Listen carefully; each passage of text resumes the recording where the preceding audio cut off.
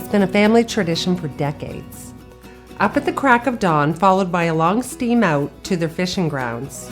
They pull their lobster pots, remove their catch, measure, band the claws, and reset for the next day. It's said that salt water runs deep in their veins. For some, it's the only life they've ever known.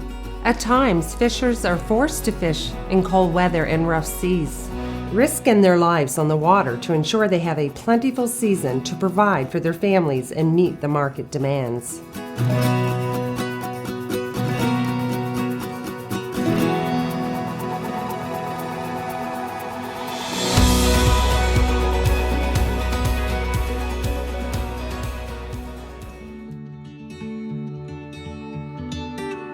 When I first started to write under Laura's Taste, I interviewed well-known Yarmouth restaurateur Clara Harris.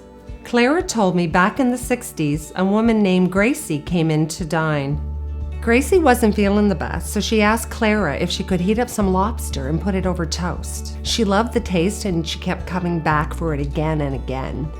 Gracie asked Clara to put it on her menu, but Clara said she didn't know what she would call it.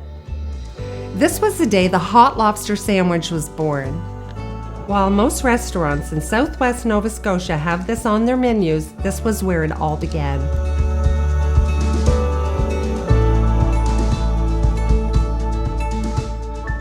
And here's how you make it. We start with a hot frying pan, add butter, and allow it to heat up. Then we add lobster and saute it until the lobster shows a bit of color. Allow the lobster to infuse with the butter before we add the vinegar. Then we add enough cream to cover the lobster and let it simmer rapidly. The cream will naturally begin to thicken. Start with a buttered slice of homemade toast on a warm plate.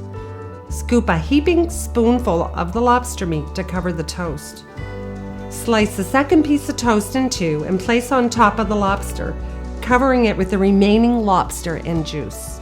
Season with salt and pepper.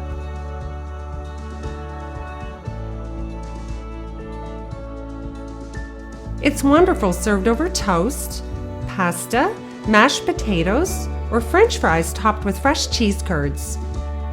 Thanks to Clara Harris, we can now share this dish with the world, and it has a name: creamed lobster, Nova Scotia style.